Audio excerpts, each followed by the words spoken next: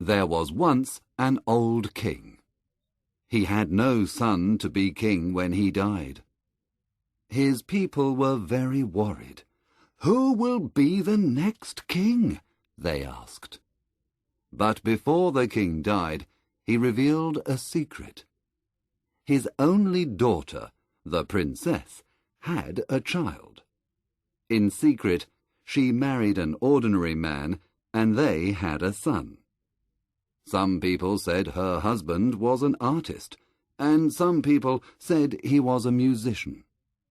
But his identity was a mystery, and nobody knew about their secret son. When the baby was a week old, some men took him while his mother was sleeping. The princess died immediately. Some people said for sadness. Other people said someone gave her poison in a cup of wine. The men left the baby with a very poor family. This poor family lived in the forest, and the boy became a shepherd. He looked after goats all day. The old king made an important decision. "The boy must be the new king when I die," he said. He sent his servants into the forest. "Find the boy and bring him here." The servants found the boy and brought him to the palace. When the boy arrived, he was very happy. He immediately fell in love with all the beautiful things around him. He took off his old leather tunic and put on his fine new clothes. Then he began to explore the castle. He ran from room to room, admiring all the beautiful statues, paintings, and jewels in the palace. The people of the city talked about him. "The young king spends all his time admiring statues," they said. "Beauty and art are the most important things for him." In fact, the young king was so fascinated with beautiful objects that he wanted more of them. He sent merchants to India to buy ivory and jade. He sent men to Persia for silk carpets, and others to find amber in the north. He sent servants to look for green turquoise in the magic tombs of the Egyptian kings. The young king thought about all these things, but most of all, he thought about his coronation robe. He was 16, and it was his coronation day the next day. He was very happy because he had a beautiful coronation robe of gold, a crown of rubies, and a scepter of pearls. He ordered men to work night and day to prepare his coronation robes. "Search the whole world for the biggest rubies for my crown and the most beautiful pearl for my scepter," he said. The young king was in his beautiful bedroom, and he was thinking about his coronation robes. It was night time, and he looked around him. The room was full of silver and gold and beautiful colours. Through the window he could smell the perfume of jasmine. He could hear a nightingale singing, and he could see the moon shining. Servants arrived and put flower petals on his pillow. He was very happy. Tomorrow was his coronation day.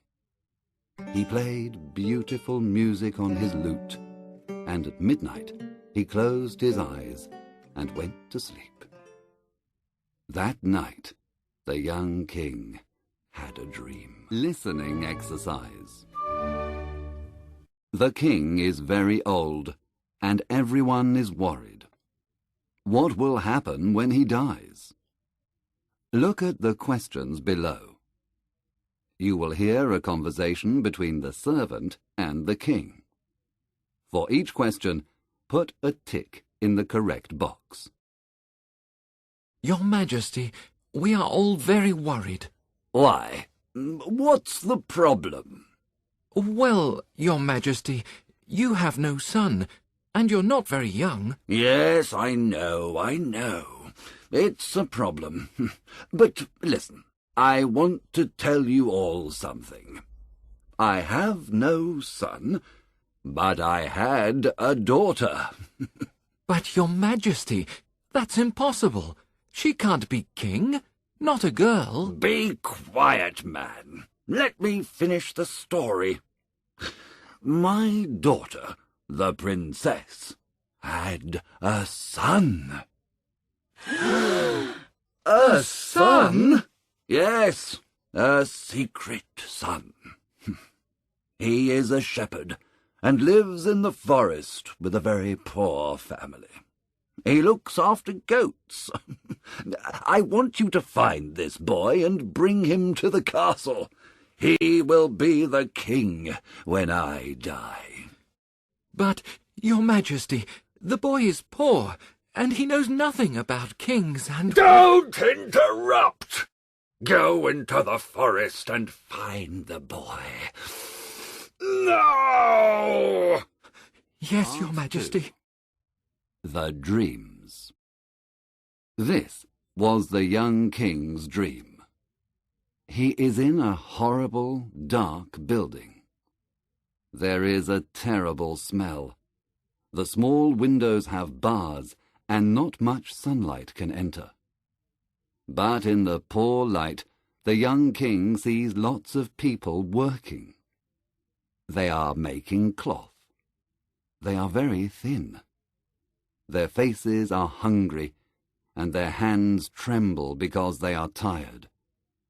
Pale, ill children sit in the dark corners of the room. The young king watches them. A man speaks to him angrily and asks, Why are you watching me? Are you my master's spy? Who is your master? asks the young king. A man like me, but I have poor clothes, and I am very hungry. He wears beautiful clothes and is very rich. We work for him all day. We make wine, and he drinks it. We work on the land, but he eats the food. We are his slaves. But this is a free land, says the young king.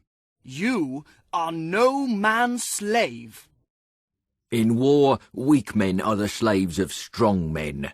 In peace, poor men are the slaves of rich men. Are you all slaves? Yes, the women and the children, the old and the young. Suddenly, the young king sees the cloth on the machine. It is gold. The young king is terrified. You are making some very beautiful gold cloth. What is it? It is for the coronation robe of the young king, the man replies. When the young king heard this, he screamed and woke up. But then he saw the yellow moon at the window and soon slept again. He had another dream. This was his second dream. He is on a long boat. The sun is very hot, and 100 slaves are rowing the boat and working. The master of the boat is giving orders. He is black like ebony, and has a red silk turban on his head. In his ears he has big silver earrings. Someone is whipping the slaves while they work. Finally, the boat arrives in a small bay, and the master throws the anchor and a long rope ladder into the sea. Some men take the youngest slave. They tie a heavy stone to him and throw him into the sea. The young slave disappears into the water, but returns to the boat many times. Every time he returns, he has a beautiful pearl in his hand. The master of the ship looks at the pearls and puts them into a little green bag. The young slave returns to the boat for the last time.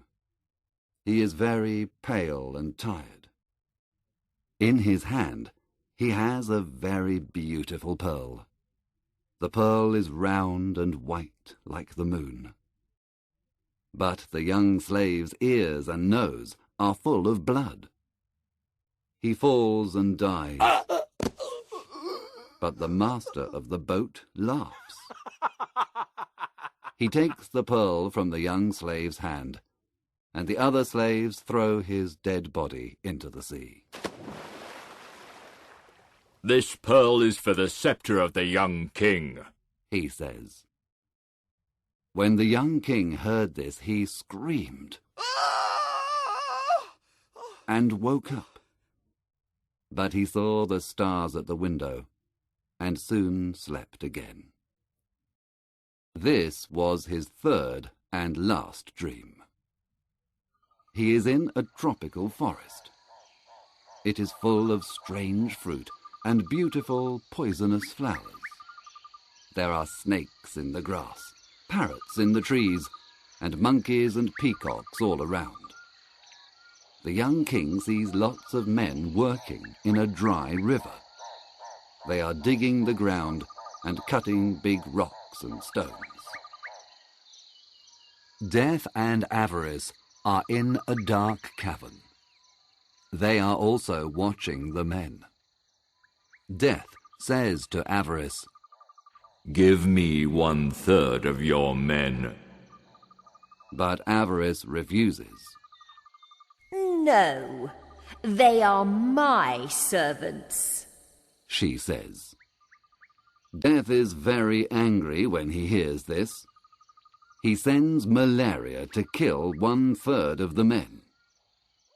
"What have you got in your hand?" Death asks. 3 grains of corn. But why are you interested? She asks. Death says, "Give me 1 grain of corn to plant in my garden." But Avarice replies, "No, it is my corn." And she hides the corn in her pocket. Again, Death is very angry when he hears this and calls Fever. Fever comes in a red robe like fire. He touches 1/3 of the men and kills them. "Now give me a grain of corn for my garden," says Death. "No, never," replies Avarice. Death is extremely angry and calls Plague. Plague arrives from the sky, flying like a bird, and kills the rest of the men. Avarice screams and runs into the forest. Death takes his red horse and rides away, fast like the wind.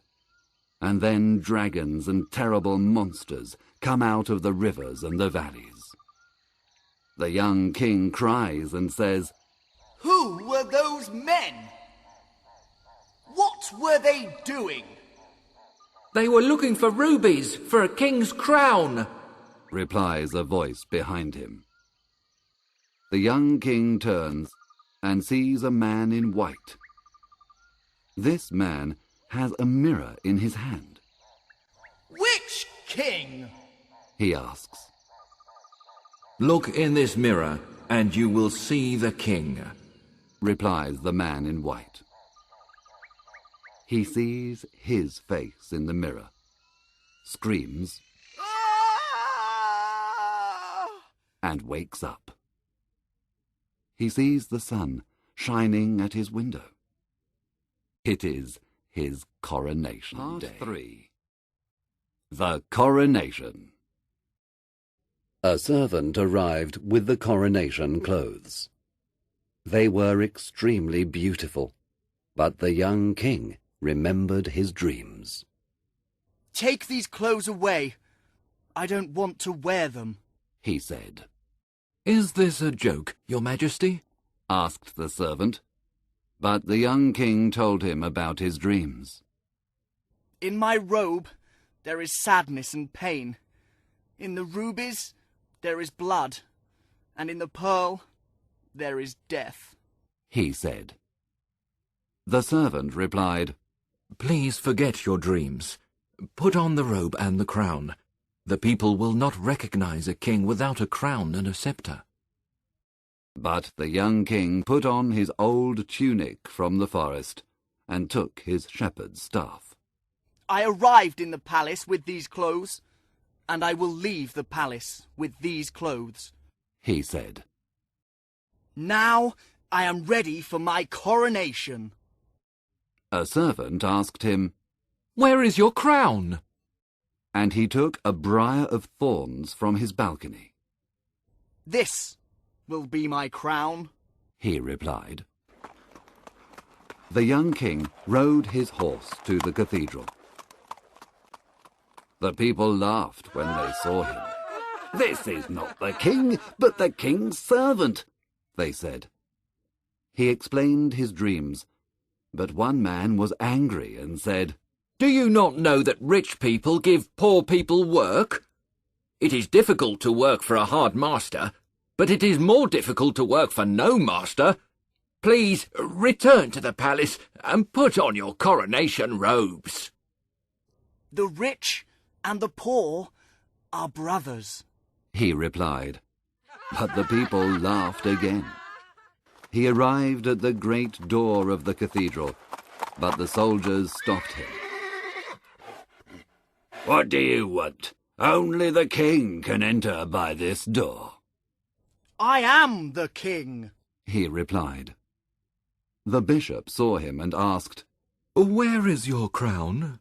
Where is your scepter? The young king told the bishop of his dreams, but the bishop answered, Listen to me. I am an old man. There are many bad things in the world, but you cannot change them all. There are thieves and pirates and beggars, but you can't make these things disappear. They are too much for one person. Go back to the palace and put on your coronation clothes." But the young king passed the bishop and entered the cathedral. He went to the altar and looked at the image of Christ. He saw the light of the candles and the smoke of the incense. Suddenly, a crowd of people ran into the cathedral. They had swords and were very angry. "Where is this king dressed in beggar's clothes?" they cried. "We must kill him, because a beggar cannot rule us. He will be bad for our country." But the young king prayed silently in front of the altar. Then he turned and looked at the people sadly. At that moment, a ray of sun shone into the cathedral. It illuminated the young king at the altar. The sun made a beautiful robe around him. Red roses grew on his dry crown of thorns, and white lilies grew on his staff. The roses were redder than rubies, and the lilies were whiter than pearls. Music started to play, and voices started to sing. The glory of God filled the cathedral. The people knelt down. "He is crowned by someone greater than me," the bishop said, and he knelt in front of the young king. The boy came from the altar and passed the people, but they didn't have the courage to look at his face, because it was the face of an angel.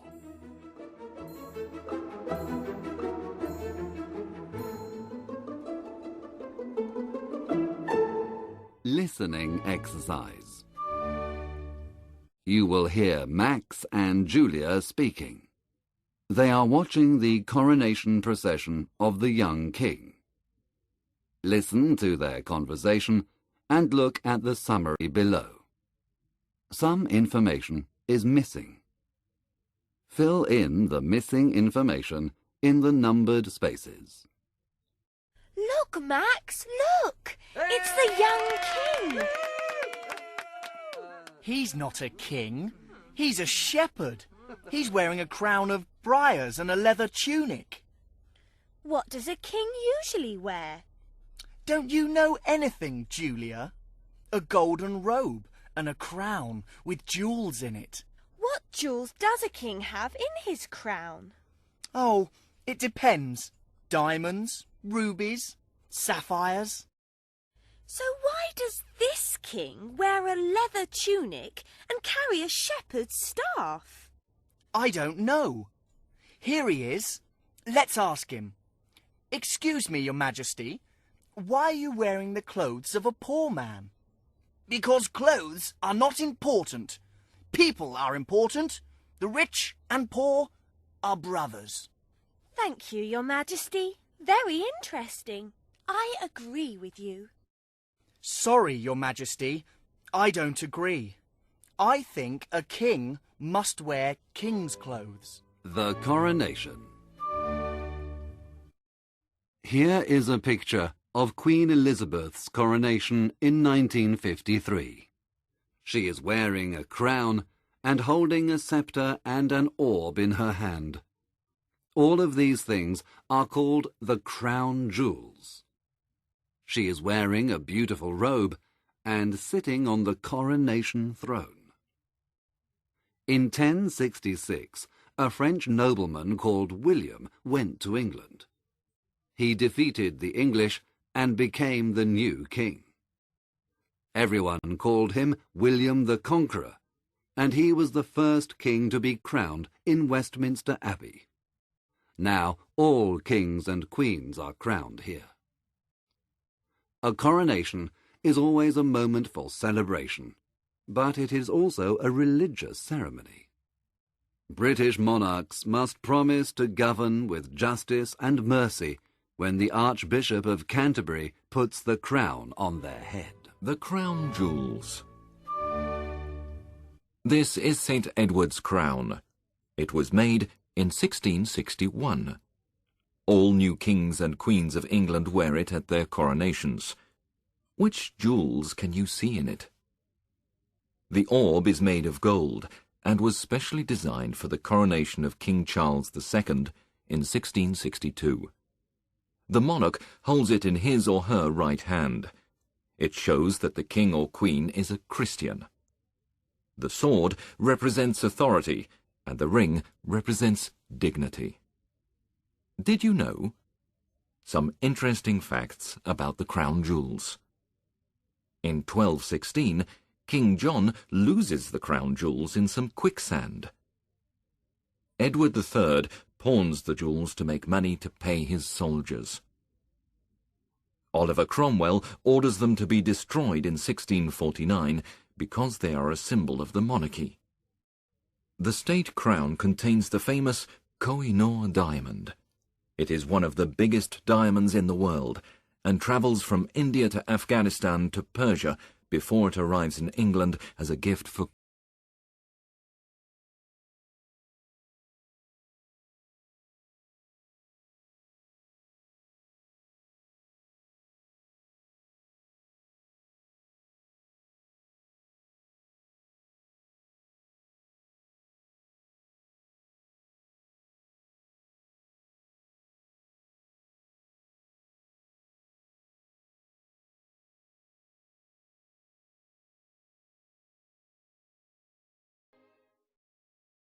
One winter night in a big forest of pine trees, two woodcutters were walking home. It was very, very cold, and there was snow on the ground. The trees were cold, the birds were cold, and the animals were cold. The rabbits stayed in their rabbit holes, and the squirrels stayed in the trees. But the two woodcutters continued their journey. They prayed to St. Martin, the protector of travellers, and finally they saw the lights of their little village in the distance. They were very happy and laughed. The earth now seemed like a flower of silver, and the moon seemed like a flower of gold. But soon they became sad again. Why were we so happy? Asked one woodcutter. Life is for rich people, not poor people like us. It is better if we die in the snow, or if a wild animal eats us.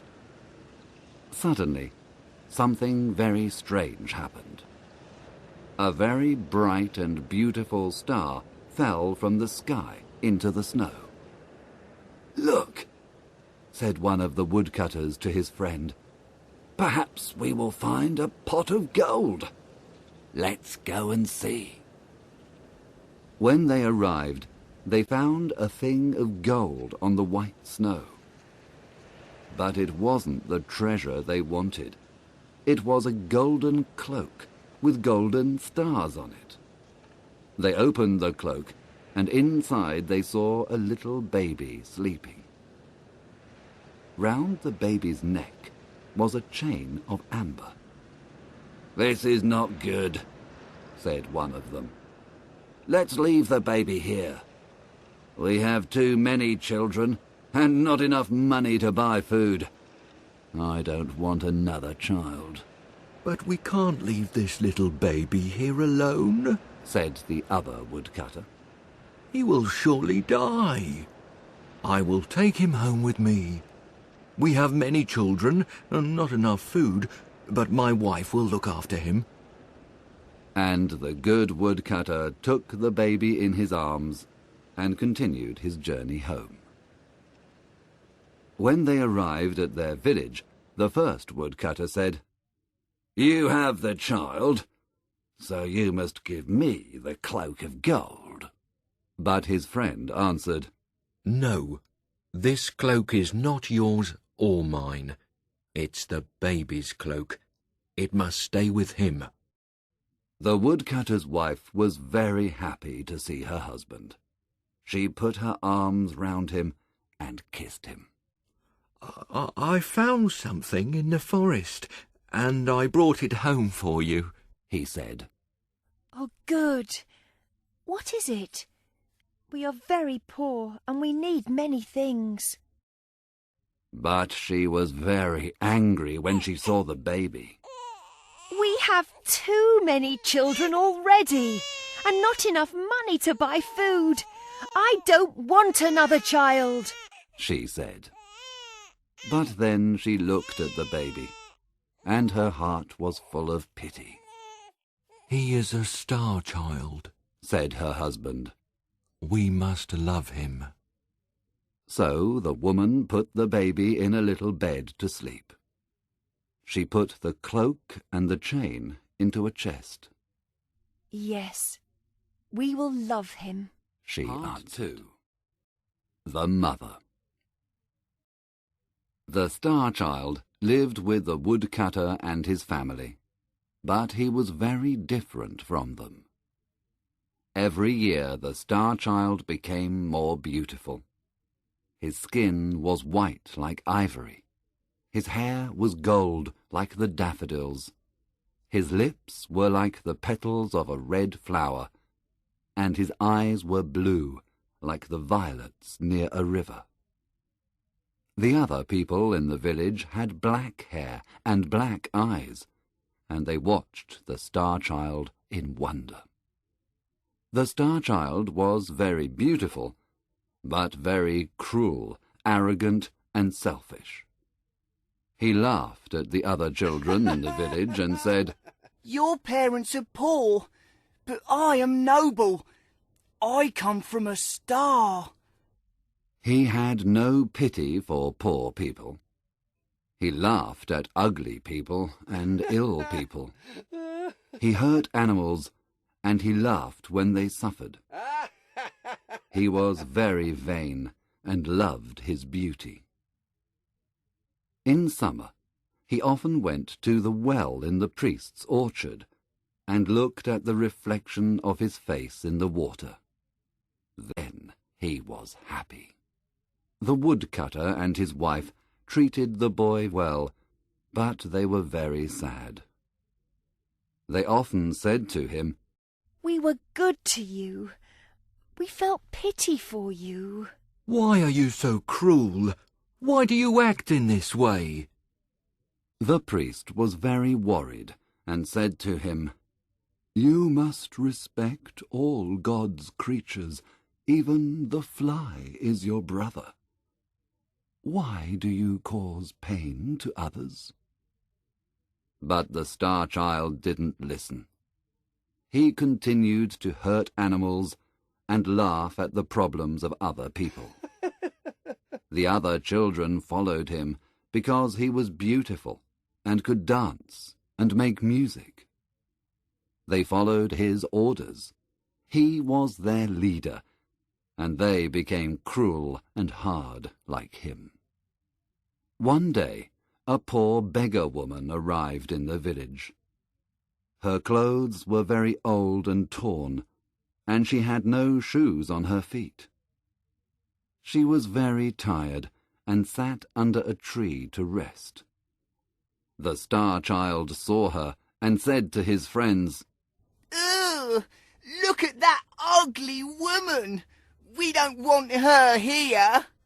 And they started to throw stones at the poor woman. She was terrified, but she didn't stop looking at the Star Child. What are you doing? Shouted the woodcutter when he saw this. Stop immediately! Why do you have no pity for this poor woman? I will not listen to you. You are not my father, replied the Star Child. This is true, but when I found you in the forest I had pity for you. The old woman was listening, and when she heard these words, she screamed and fainted. The woodcutter carried her into his house, and his wife put meat and drink on the table for her. But she did not eat or drink. She asked, "Did this child come from the forest? Did he have a gold cloak with stars on it? Did this happen about 10 years ago?" The woodcutter was very surprised. Yes, he replied. "And did he have an amber chain round his neck?" Yes, he did, said the woodcutter. Come with me, and I will show you the cloak and the chain. The woman looked at these things and started to cry with joy. Oh, he is my little son. I am his mother, she said. I lost him in the forest 10 years ago, and I looked all over the world for him. Now I have him again. The woodcutter was very surprised and called the boy. Come into the house, and you will find your mother. The Star Child was very happy and ran in. But when he saw her, he said, "Where is my mother? I can see no one, only a horrible beggar woman." I am your mother, she said. "You are mad! I'm not your son. You are dressed in old clothes. You are a beggar woman, and I am a Star Child." But I recognized you when I saw you, and I recognized your cloak of gold and your chain of amber. Robbers stole you from me. Come to me, my son. Your love is very important for me. She opened her arms to him, but he was very angry and closed the doors of his heart to her. The woman cried, Oh, kiss me before I go, because I travelled all over the world, and I suffered much to find you. "Never! You are very ugly. I prefer to kiss a toad or a snake." The woman stood up and went out of the house. She was crying very much. Oh. The Star Child was very happy when she went. He then went to play with his friends. 3. The Punishment.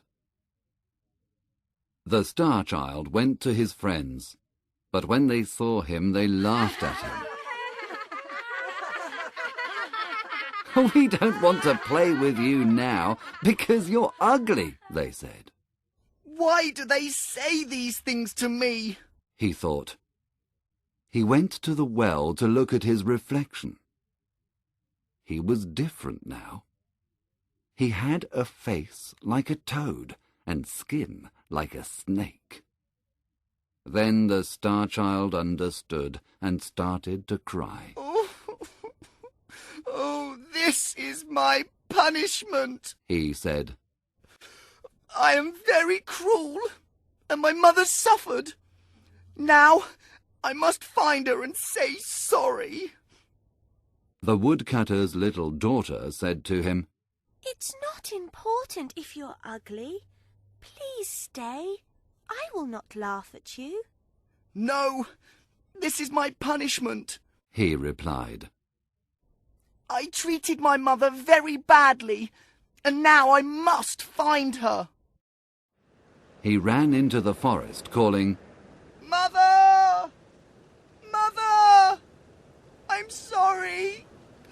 Please come back. All day he called, but nobody answered.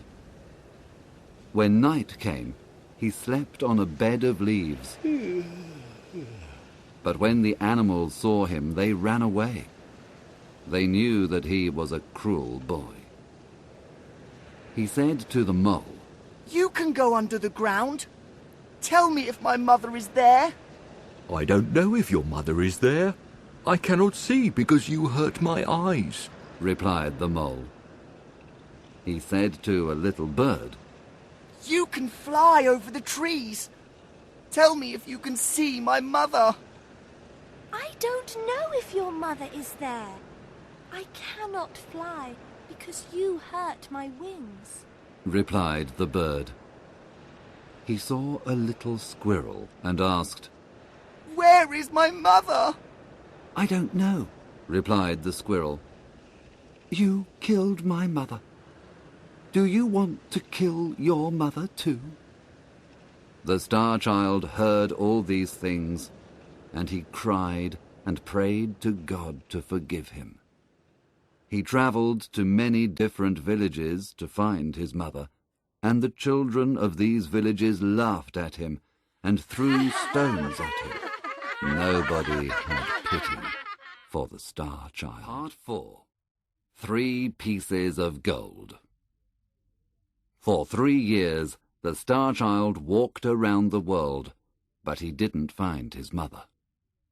One day he arrived at the gates of a city near a river with a big wall around it. The soldiers there stopped him. What are you doing here? They asked. I'm looking for my mother, he said. Please let me pass. Perhaps she is in this city. Who is your mother, and why are you looking for her? Asked another soldier. She is a poor beggar like me, and I was very cruel to her. Now I want her pardon. But the soldiers laughed. You are very ugly. No mother loves an ugly child. She will not be happy to see you. Come with us. We will sell you to be a slave. They sold the Star Child to an old man for the price of a cup of sweet wine. This old man was a magician from Libya. The magician took the boy to a dark prison and gave him a piece of old bread and some dirty water. The next day he said, Now you must go into the forest. In the forest there are 3 pieces of gold. One is of white gold, one is of yellow gold, and the other is of red gold.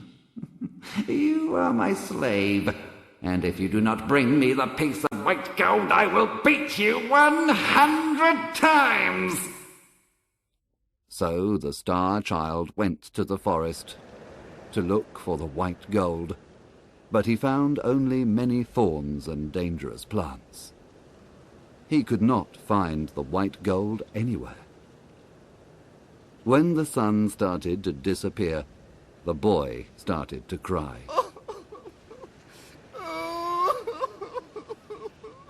He knew that the magician wanted to beat him.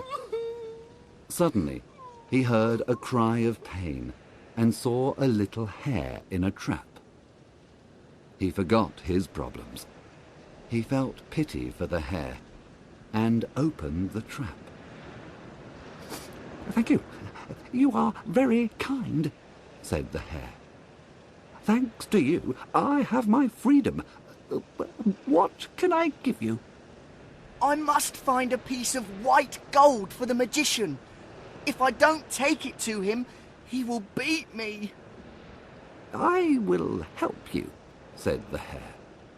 "I know where to find the white gold." He took the Star Child to a tree, and in the tree he found the gold. The Star Child was very happy and thanked the hare. He returned to the city, but at the city gate he saw an old man. This old man was very ill and very poor. "Give me some money! If you don't give me some money, I will die of hunger!" shouted the old man. The Star Child felt pity for the old man, but he only had the piece of white gold for the magician. The old man needs the money more than me, thought the Star Child, and gave him the gold. The magician was very angry when he saw that the Star Child didn't have the gold, and he beat the boy. He put him in prison with no food and no water. The next day the magician said, "Today you must return to the forest and find the piece of yellow gold. If you do not do this, I will beat you 300 times." The boy went into the forest and looked for the gold. He looked all day long, but he could not find it. Finally he sat under a tree and started to cry. The hare heard him and asked, "Why are you crying?" I must find a piece of yellow gold. If I don't find it, the magician will beat me. "Follow me.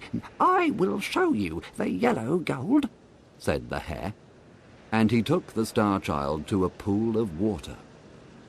At the bottom of this pool, he found the piece of yellow gold. The Star Child returned to the city, but at the city gate he saw the old man again.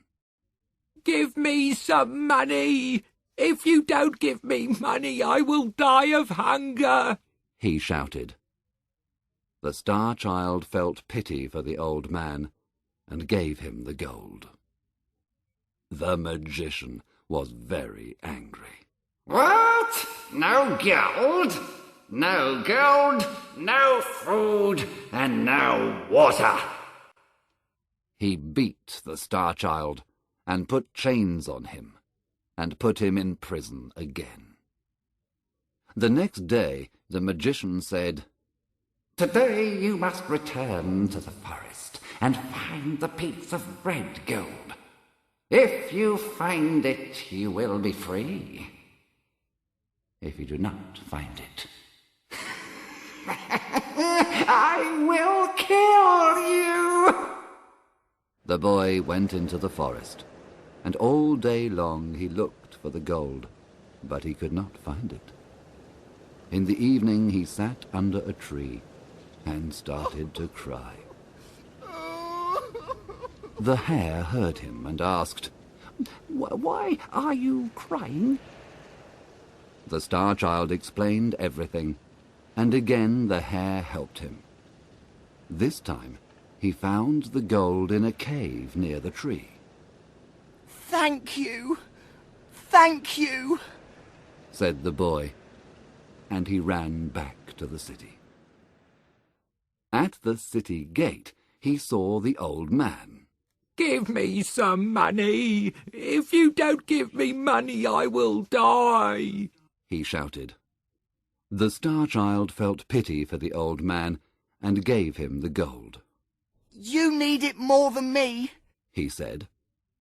But he was very sad, and his heart was very heavy. The magician will kill me, he thought. But when he passed the guards at the city gates, they bowed to him and said, "Look at our beautiful lord." The Star Child walked through the city, and more people followed him. They all said, "He is the most beautiful boy in the world." But the Star Child was very sad. They are laughing at me, he thought. He walked for a long time and finally arrived in a big square where there was a king's palace. The people said, "You are our lord, the son of our king." I'm not a king's son. I am the son of a poor beggar woman. Why do you say that I'm beautiful? I know I am very ugly. "Why do you say that you are ugly? Look!" said a soldier. The Star Child looked into the soldier's shield. The shield was silver like a mirror. There he saw his face, and saw that his face was beautiful like before. "There is a prophecy," said the people, "that on this day our king will come. You are our king. Take this crown and this scepter. Govern us with justice and with mercy." No, I am a bad boy, he replied. I must find my mother. I cannot accept the crown and the scepter. He turned toward the city gate. In the crowd, he saw his mother, the beggar woman. Then, next to her, he saw the old man from the city gate. He ran to the woman, knelt in front of her, and kissed her feet. Mother, I'm so sorry. Please forgive me. Once I gave you my hatred. Please give me your love now. But the woman didn't speak. The Star Child spoke to the old man. Please, I helped you 3 times. Please tell my mother to speak to me. But the old man didn't speak. The Star Child started to cry. Please forgive me, Mother. Please forgive me. The woman put her hand on the boy's head and said, Stand up. The old man put his hand on the boy's head too. When the Star Child stood up, he saw that the beggar woman was a queen, and the old man was a king. The queen said to him, This is your father. You helped him 3 times. And the king said to him, This is your mother. You washed her feet with your tears. The boy hugged them and kissed them both. They took him to the palace, and they put a crown on his head and a scepter in his hand. He was a very good king, and showed justice and mercy to everyone. He sent gifts to the woodcutter and his family. He helped poor people. He was kind to the animals and birds, and there was peace in all the land. Unfortunately, he died after 3 years, because he suffered a lot in his life, and the next king was a cruel king.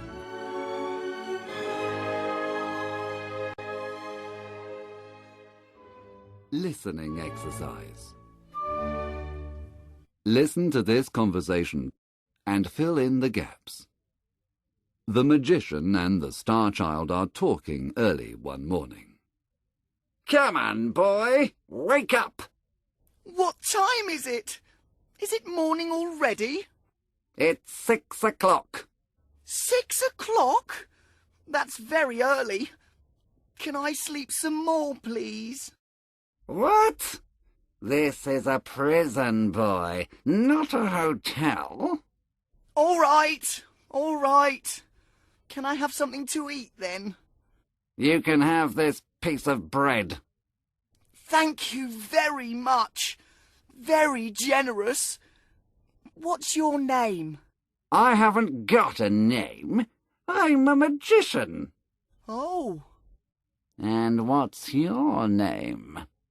I haven't got a name. I'm a star child. And why are you in this city, star child? I'm looking for my mother. Perhaps you know her. She's very poor and extremely ugly. Like her son. Don't be rude, and give me some water, please. All right, boy. But remember, if you don't bring me the gold, there will be no more food for you tomorrow.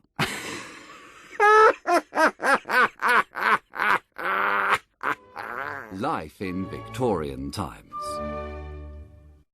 Oscar Wilde wrote in the second half of the 19th century. At this time, Victoria was the Queen of England, and the British Empire was the biggest and most important in the world. Remember that Wilde was Irish, not English. He went to England to study, live and work. During this time, there were many changes in the way people lived.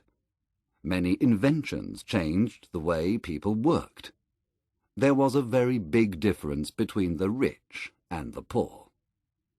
England became more industrialized, and people started to leave the countryside. They went to work in new factories in the cities. There were not enough houses for everybody, so people had to share small houses with other large families, or go to the workhouses. The workhouses were terrible places.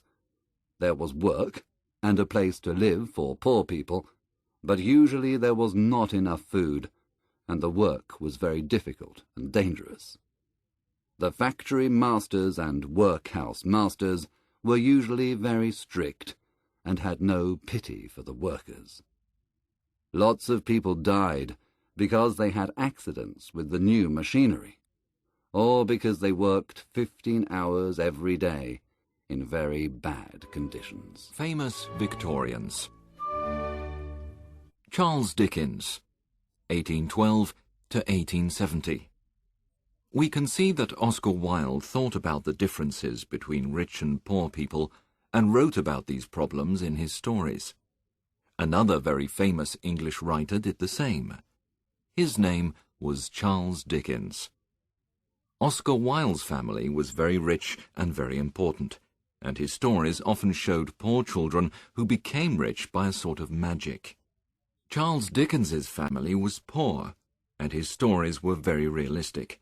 They spoke about poor children in workhouses and bad rich people. These people were not interested in helping others. His most famous stories are Oliver Twist, Great Expectations, and David Copperfield. Dr. Thomas Bernardo, 1845 to 1905. Dr. Bernardo was another famous Victorian. He was Irish like Oscar Wilde. When he visited England, he was very shocked by the terrible conditions of the poor, especially the children. They had to carry very heavy sacks of coal, work for many hours every day, go into chimneys to clean them, and so on. He built special houses for poor children. In these houses they could live protected and safe. Emmeline Pankhurst, 1858 to 1928. The difference between the rich and the poor was not the only difference in Victorian society. There was also the difference between men and women. Women couldn't vote at that time. Men thought that they were not very intelligent and could not make important decisions. Emmeline Pankhurst was the leader of a group of women called the suffragettes. The suffragettes tried to change the social situation and were very brave. The politicians didn't like the suffragettes, but finally, in 1918, women aged 30 had the vote, and 11 years later, in 1929, all women over 21 could vote. The Nightingale and the Rose. Part 1. The Student in Love.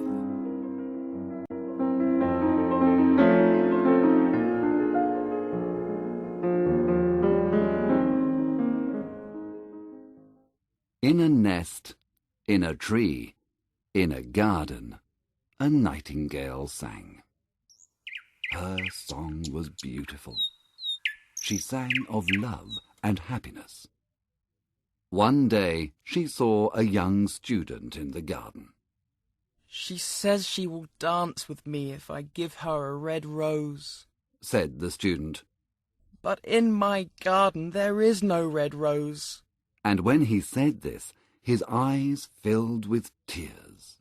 "Every day I study philosophy and I read all the things that wise men say about happiness. Now my happiness depends on a red rose." The nightingale heard this and said to herself, Finally, here is a true lover. Every night I sing of love, and this young man suffers for love. The student continued, "I love the professor's daughter, and tomorrow there is a ball at the prince's palace. My love will be there. If I take her a red rose, she will dance with me. If I have no red rose, she will not speak to me." The young student looked around the garden. There were yellow roses and white roses, but no red roses. "Poor me," he said. "I need one red rose, but I cannot see any in this garden." Ah, said the nightingale. love is a wonderful thing. It is more precious than emeralds, opals and pearls. You cannot buy love in the marketplace with gold coins. The musicians will play their violins, and my love will dance to their music. But she will not dance with me. I have no red rose to give her. The student fell onto the grass and started to cry. A butterfly heard him and asked, "Why is he crying?" A daisy asked her friend. Why is he crying? "Why is he crying?" said a little green lizard. He is crying for a red rose. Said the nightingale. A red rose? They all replied. That's ridiculous! The other animals laughed.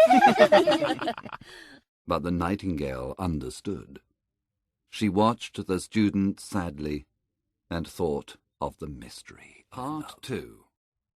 The Nightingale's Sacrifice. In the middle of the garden there was a beautiful rose tree. The nightingale flew to the rose tree and said, Give me a red rose, she cried. and I will sing you my sweetest song. I'm sorry. My roses are white, like the snow on the mountain and the foam of the sea, he answered. Ask my brother, who grows round the sundial. Perhaps he can help you. The nightingale flew to the sundial and said to the rose tree, Give me a red rose, she cried. and I will sing you my sweetest song. I'm sorry. My roses are yellow like the daffodil, he answered. Ask my brother, who grows under the student's window. Perhaps he can help you. The nightingale flew to the window and asked the rose, Give me a red rose, she cried. And I will sing you my sweetest song. I'm sorry. My roses are red like the coral in the sea. But the winter was cold and my branches are broken. This year I have no flowers. But I only need one red rose. Is there nothing I can do? There is one thing you can do, but I won't tell you. It is a terrible thing. Tell me what it is. I am not afraid, said the nightingale. If you want a red rose, you must build it by moonlight with music and colour it with your own blood. You must sing to me all night and press your heart against one of my thorns. All night you must sing, and your blood will become my blood. Death is a big price to pay for a rose, said the nightingale. Everybody likes life. I like life. I like to fly and to look at the flowers and to smell their perfumes in the wind.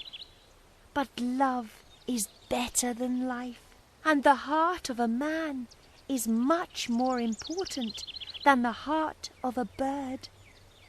The student will have his rose. Part 3. The Red Rose. The nightingale flew back to the garden and saw the student lying on the grass. His eyes were full of tears. Oh, be happy, the bird said.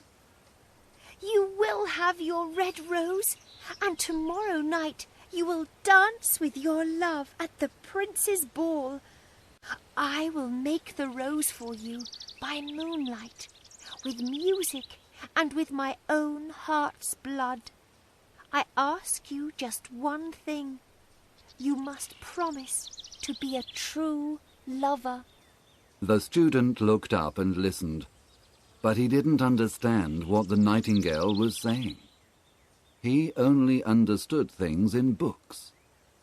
But the oak tree understood, and he said, "Sing me your sweetest song, little nightingale. I will be sad when you are not here." The nightingale sang for the oak tree. The student heard the song and said, Yes, this music is very beautiful. But can a bird really understand love? She sings well, but she is like an artist. And everybody knows that artists are not sincere. She thinks only of music, and could never do anything practical to help anybody. He got up, went into his house, lay on his bed, and slept. When night came and the moon shone, the nightingale flew to the rose tree. She pressed her heart against one of his thorns. All night she sang her sweetest songs. The cold crystal moon listened, and the nightingale's blood slowly left her. At the top of the rose tree, a flower started to grow. First it was pale, silver like the new day. But the tree cried, "Come closer." The nightingale came closer and sang louder. Then the rose became pink, like a red rose in a silver mirror. "Come closer, little nightingale," said the rose bush. "Come closer. If not, the day will come before the rose is finished." The nightingale came closer, and as the thorn pierced her heart, she sang of a love that never dies. She felt a strong pain, and her voice became softer and softer. Finally, the rose was ready. A marvelous red rose, red like the eastern skies. Then the little nightingale sang her most beautiful final song. The white moon heard it, and she forgot the sun in the east and stayed in the sky to listen. The red rose heard the song and opened her petals in the cold morning air. The sleeping shepherds woke up when they heard it, and the river carried its message to the sea. The rose tree heard the song and cried, Look, little nightingale, look! The rose is finished. But the nightingale didn't hear, because she was dead on the grass with the thorn in her heart. Listening exercise. Listen to William and then answer the questions. Choose the best answer, A, B, or C. Hello, my name's William and I'm a student. I love studying history and philosophy. When I'm older, I want to be a professor at university. I live in a big house with my mother and father. They are very rich and buy me lots of things. I'm not really interested in the things they buy because I love only two things, studying and Emily. Let me tell you about Emily. Emily is the professor's daughter. She lives with her father and is very beautiful. There's only one problem. All the boys love Emily. She says she'll dance with me if I give her a red rose. That's not very difficult. There are lots of red roses around, I think. Now listen to Emily and answer the questions. Choose the best answer, A, B, or C. Hello, my name's Emily. I'm the professor's daughter, and everybody says I'm very beautiful. All the boys love me.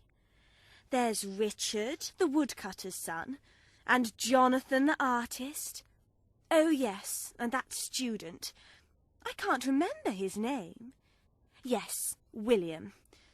But the one I like most is Tristram, the chamberlain's son. Chamberlains are very important, you know.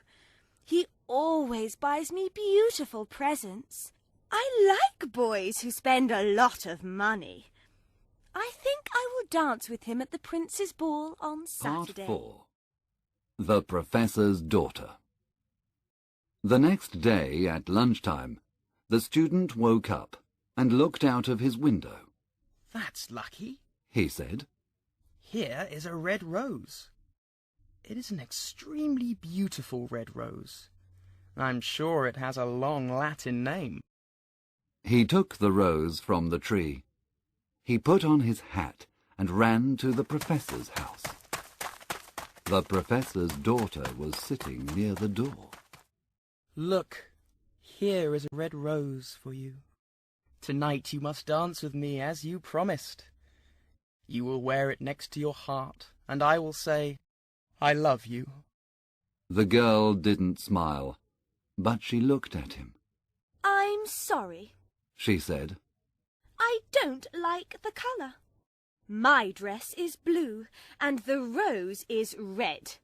And another thing, the chamberlain's son gave me jewels. Everybody knows that jewels are more expensive than flowers. I don't want your rose. You are very ungrateful, said the student angrily, and he threw the rose into the street. At that moment, a cart passed, and the wheels crushed the flower. You are very rude, said the girl. I will dance with the chamberlain's son, not with you. Then she stood up and went into her house. The student started to walk home. Love is a stupid thing, he said. I prefer to study books. They are much more interesting and useful. Yes, logic is much more useful than love. I will go home and study philosophy and metaphysics. And that's what he did.